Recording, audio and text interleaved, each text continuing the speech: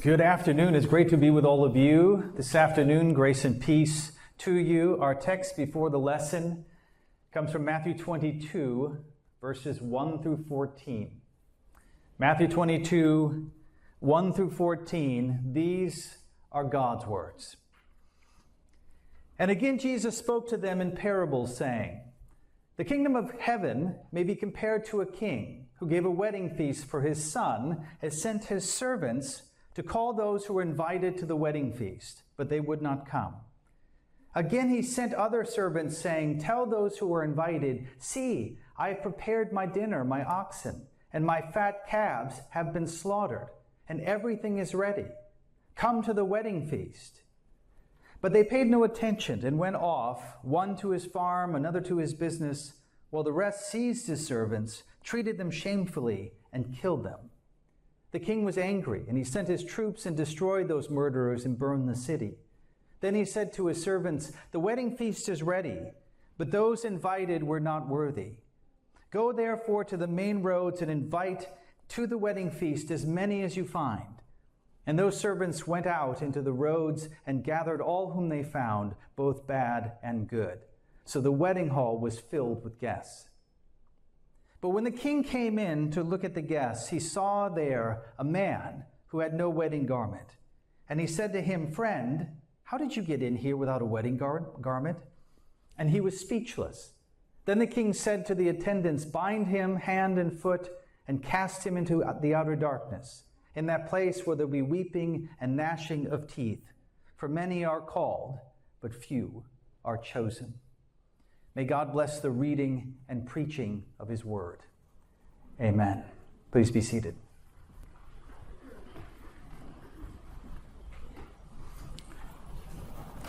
As we mentioned a few weeks ago, the Protestant reformers, following the teaching of Jesus in John 4, insisted that God is to be worshipped in spirit and truth, meaning that liturgy, if it is to be biblical, must be driven by a proper motive and discharged in a proper manner. And when it comes to determining that proper manner, our forefathers developed what is now called the regulative principle, a methodology that limits the acts of worship to only those practices which are explicitly mentioned in the New Testament, which would include preaching, praying, giving, singing, reading scripture, and partaking of the feast. We also noted that while the regulative principle is necessary, it is not sufficient, for it in itself requires interpretation and a fleshing out. For example, while we are instructed to pray in the assembly, the form that prayer is to take is open to many possibilities.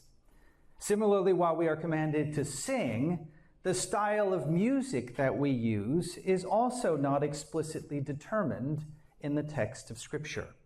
Even the kind of building that we are to assemble in is a matter of judgment. All such questions concerning the form of our worship, these matters of aesthetics as we might call them, require answers. And so this afternoon I wish to begin answering those questions by speaking generally about the aesthetics of worship.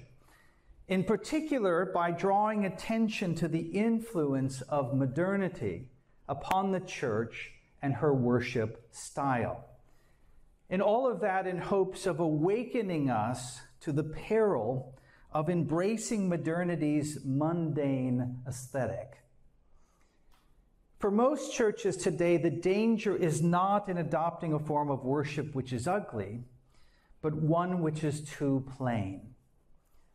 And the reason this is a danger is because in order for worship to be profane, it doesn't have to become base.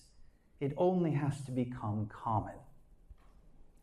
In the Old Covenant, a sharp line divided not only the sacred and the profane, but also the sacred and the common. To bring something common into the Lord's sanctuary was to profane it. And Jesus, far from erasing this distinction, as some think, robustly maintains it. reaffirming the Old Covenant principle that there is to be no presumption with regards to holy things. For example, in Matthew 22, the great parable that I read to you just a moment ago, when Jesus compares the eschatological worship of the church to a wedding feast, he warns his audience that those who make light of it, meaning those who treat this holy celebration as just another meal, one that they can ignore in this particular case, for those who treat it that way, their future is a bleak one. In fact, it talks about them being destroyed. And this text functions as a precursor to what Paul says in 1 Corinthians 11, which Rick read to us a moment ago, about the danger of turning the Lord's Supper, which we just partake of, into a common meal, to treat it just like any other meal that we might eat. Similarly, the one who attends the Lamb's feast in ordinary attire, we are told, meaning without wearing the prescribed wedding garment, has profaned the invitation of grace and will be cast out. Now, while we're not to take such figures literally, this is a parable, after all, we are to take them seriously. The exhortation, or at least one of them, that the Messiah puts forward is for us to never be presumptuous concerning what is holy, which means that the form our worship takes really matters. And at bare minimum, it must evince the sanctity of the event it honors, as the people of God gather around the throne of our King. An occasion which is anything but mundane. Here is my fear. My fear is that the modern church, especially the modern evangelical church, in its chosen aesthetic, has made common what is holy, or at least they are in danger of doing so. To make that case, or at least begin to, I must first demonstrate the perennial nature of the peril of the mundane, the danger of a dull aesthetic in general. And then I will attempt to apply it to some specific instances in our present context. So first, let's discuss the general threat of the mundane, which I'm sure you've maybe never thought about it in these terms. Let's begin with creation. Creation contains an astonishing abundance of beauty that should constantly amaze and delight us. Even something so common as a tree is a work of wonder, with the vast variety of sizes, colors, and shapes it can possess. And yet often such divine pageantry fails to even penetrate our perception, much less provoke our praise. In fact, we can get so caught up in the mundane things of life that we respond to rapture's intrusion with resentment. As the following Robert Frost poem illustrates, I have wished a bird would fly away and not sing by my house all day, have clapped my hands at him from the door when it seemed as if I could bear no more. The fault must partly have been in me. The bird was not to blame for his key. And of course, there must be something wrong in wanting to silence any song. Such an arid attitude toward the astonishing allure of God's creation reveals a heart with anemic aspirations, one which readily exchanges the profound for the prosaic, and one that leaves us to wonder why we so often choose such a profitless bargain, why we routinely trade the majestic for the mundane. Well, according to the 17th century French theologian Blaise Pascal, the answer has to do with our fallen nature. The reason man seeks refuge from the imposing beauty of this world is because it serves as a painful reminder of his noble past, that he was once a prince who has become a pauper. Man, for Pascal, is like the fallen monarch who, not wanting to be reminded of his former glory, spends his waking hours trying to convince himself that he's just as happy being a commoner, that he, in fact, has never been anything more. And yet, if he is to maintain such a delusion, he must do more than convince himself. Indeed, he must engage in the relentless task of neutralizing greatness wherever he finds it, making everything equally mundane so as not to invite any comparisons, turning everyone into a peasant, silencing every song. Which, if you think about it, it is a most devilish disposition. It is Satan, after all, who wants to convince us to exchange the creator for the creature, the majestic for the mundane.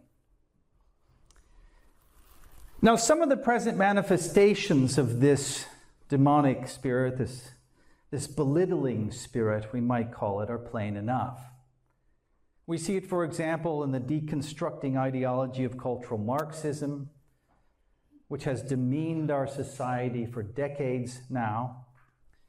A kind of late modern utopian vision of the dull, we might call it, where beauty and indeed every form of excellence is viewed as nothing more than a power play to oppress the plain, and where the pretty then are morally obligated to empty themselves of all privilege, rendering all swans ugly ducklings in the name of fairness.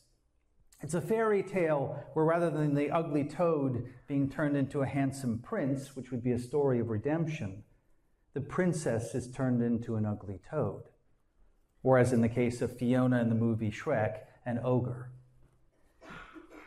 A bland enchantment which also animated the more traditional versions of communism, like that in the Soviet Union.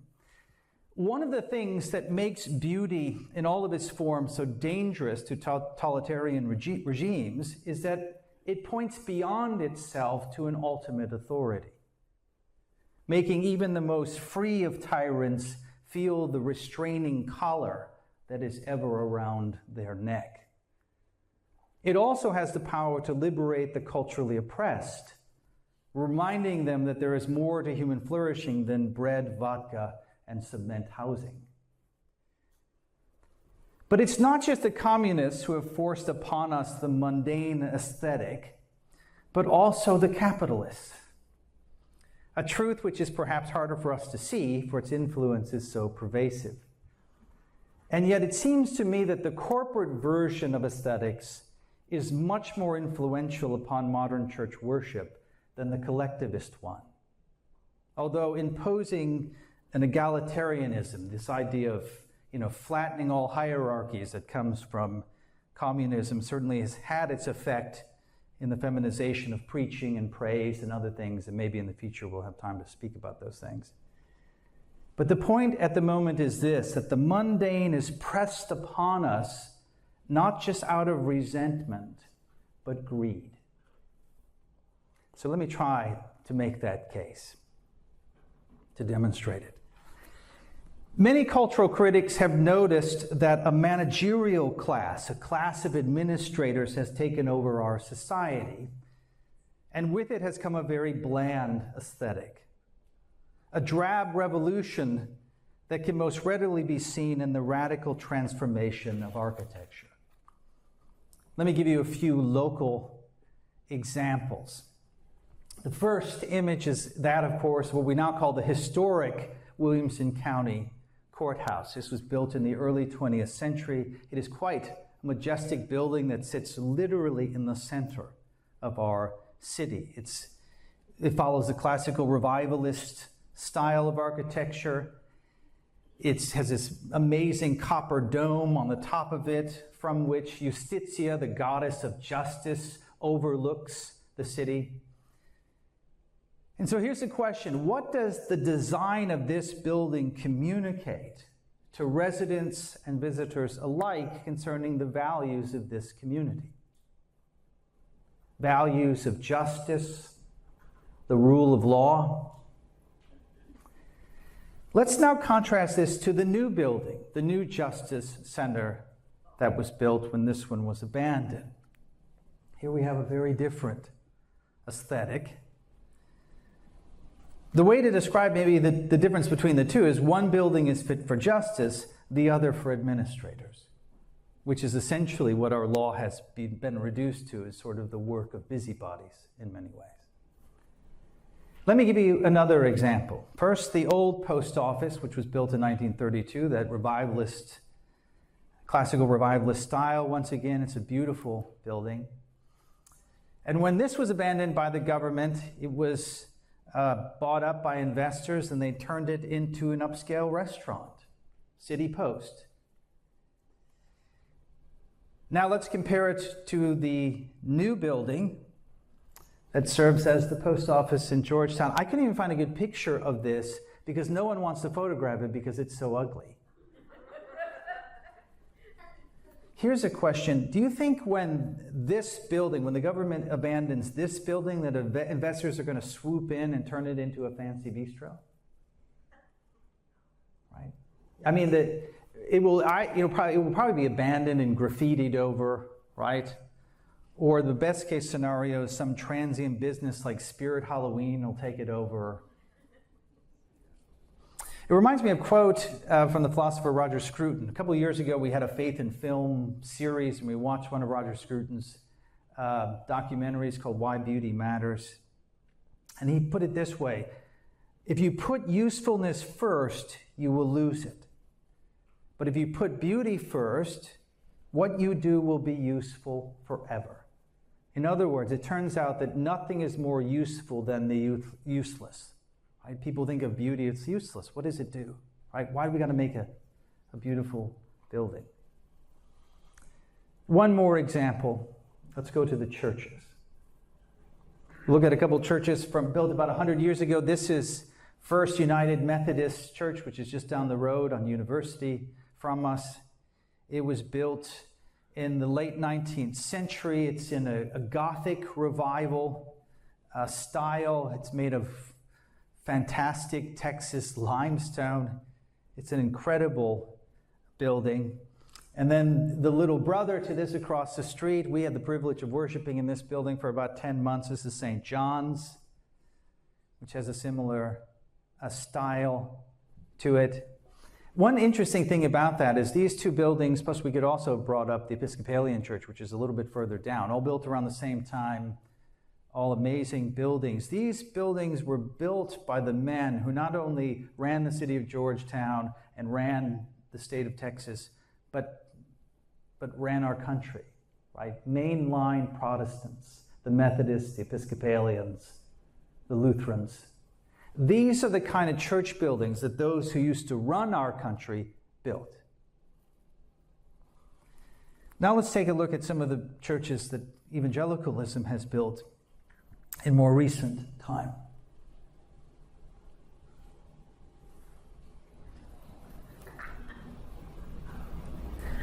The form that worship takes, which includes the building that we worship in, reveals much about the worshipers and their theology, about who they think God is. It provides a window into the soul of a congregation, even though there often aren't any windows in modern church buildings.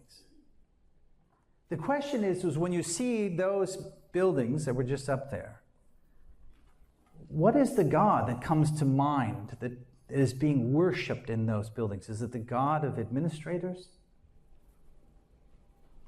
Now, we looked at architecture. We could also discuss the style of music that's become very common, just the production value in general. One interesting one to me is this idea of, it's essentially most of these buildings are a black box. You go in and they don't let any natural light in at all, and that's so that they can control all of the lights. They can completely control the experience. So it's all artificial light. It seems to me that that's perhaps a great metaphor for the difference here. Artificial light that's being controlled by man, and natural light which comes through stained glass windows, which is being controlled by God. One is natural, one is completely artificial. One is manipulative, the other one is awe-inspiring. This corporate takeover of culture can also be seen in what some call the McDonaldization of our society, a standardization of almost every communal activity. For example, you might think that your local coffee shop is unique until you travel to another city in a different state, maybe even a different country, and find one that is almost identical. If you travel enough, you soon learn that the Edison light bulb adorned coffee shop that you frequent is just like every other Edison light bulb adorned coffee shop in the world.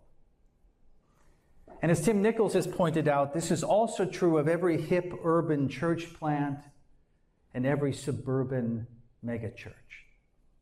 They are all the same. If you've eaten at one McDonald's, you've eaten at them all, and the same is true if you've worshipped at one megachurch. They are essentially a franchise. There's nothing local about them. There's nothing unique to the culture of that particular city. They simply swap out the location on the church website and logo. The marketing, messaging, and meeting places are interchangeable. And they are all dominated by the bland managerial aesthetic, as these logos demonstrate. Here's the thing, all of this is by design. These churches are targeting, just as so many other corporations are, the upwardly mobile administerial class whose consumption drives our economy. Which, by the way, is most of you. To see this, it's helpful to conceive of the managerial aesthetic in the way that writer Venkatesh Rao describes it, and he describes it this way, as premium mediocre. Premium mediocre. Premium mediocre is a mediocre product that has been given a premium gloss. It's a piece of toast with avocado on it. It's a McDonald's signature select meal. Really anything that's signature or select or limited, all of which is a gimmick to sell status to the managerial class, to upsell them. Rao describes it this way. Premium mediocre is the finest bottle of wine at Olive Garden. In fact, I would argue that Olive Garden itself is premium mediocre. Premium mediocre is cupcakes and froyo. Premium mediocre is truffle oil on anything. No actual truffles are harmed in the making of truffle oil. And extra leg room seats in economy. Premium mediocre is cruise ships, artisan pizza, Game of Thrones, and the Bellagio. Premium mediocre is food that Instagram's better than it tastes. Premium mediocre is Starbucks Italian names for drink sizes and its original pumpkin spice lattes featuring a staggering absence of pumpkin in the preparation. Actually, all the coffee at Starbucks is premium mediocre. Mediocre with just an irrelevant touch of premium, not enough to ruin the delicious essential mediocrity. And you might think maybe the opposite of this would be anything you'd find in an antique store. Right? Anything that's not disposable, anything that's not just consumed and thrown away and forgotten, things that are not as ephemeral. Now, the reason why they're selling you the premium mediocre is because it's scalable. It can be mass-produced. True beauty and excellence cannot. You can't mass-produce St. John's Chapel, or the house your grandfather built, or the local Italian bistro that's actually run by Italians. Such things are one-offs. They emerge from their immediate context, from being deeply rooted in that area, and they are therefore tailor-made for it. And they offer a production value that can't be profitably duplicated. And therefore they won't become obsolete in 5 years. They will always prove useful, unless, of course, the big box stores move in and convince everybody to buy premium mediocre instead, right? In other words, they convince them to exchange the majestic for the mundane. The problem with beauty and excellence is that it can't drive an economy of mass consumption like ours. The point is this, that we have been trained to value the premium mediocre so that we can keep the economy going by being good little consumers. Now, we may not be able to avoid the premium mediocre for the foreseeable future, for much of our economy is based upon it. Without it, many of us would probably be out of work. But what we can do, I think what we must do, is avoid it in the church. Our calling is to offer our community an aesthetic that is majestic, not managerial. One that manifests the magnitude of our message. One that reflects the beauty of Christ, both in spirit and form. An approach to ministry which will not be scalable. Ours should be such. It should be so entrenched in this area. It should emerge so naturally from it and be targeted to this space that others would look at it and say, wow, it's a success, but it doesn't really help me at all where I am in my context, in a sense. Now, if we must think of our work in corporate terms, then we should think of the church as a local boutique, not a Walmart or a CVS. If you read church planting books, there's a great debate over whether a church should be a Walmart, right, or should be a CVS, whether there should be one in the community mega church, or should there be one at every corner. Neither of those, none of them. We should be a shop that has emerged from the community itself and which offers a product of such beauty and value when it is understood and appreciated that it will never become obsolete. A value that can only be offered in this kind of community, which is exactly what Satan doesn't want us to do. He wants us to sink down and wallow in the mediocre.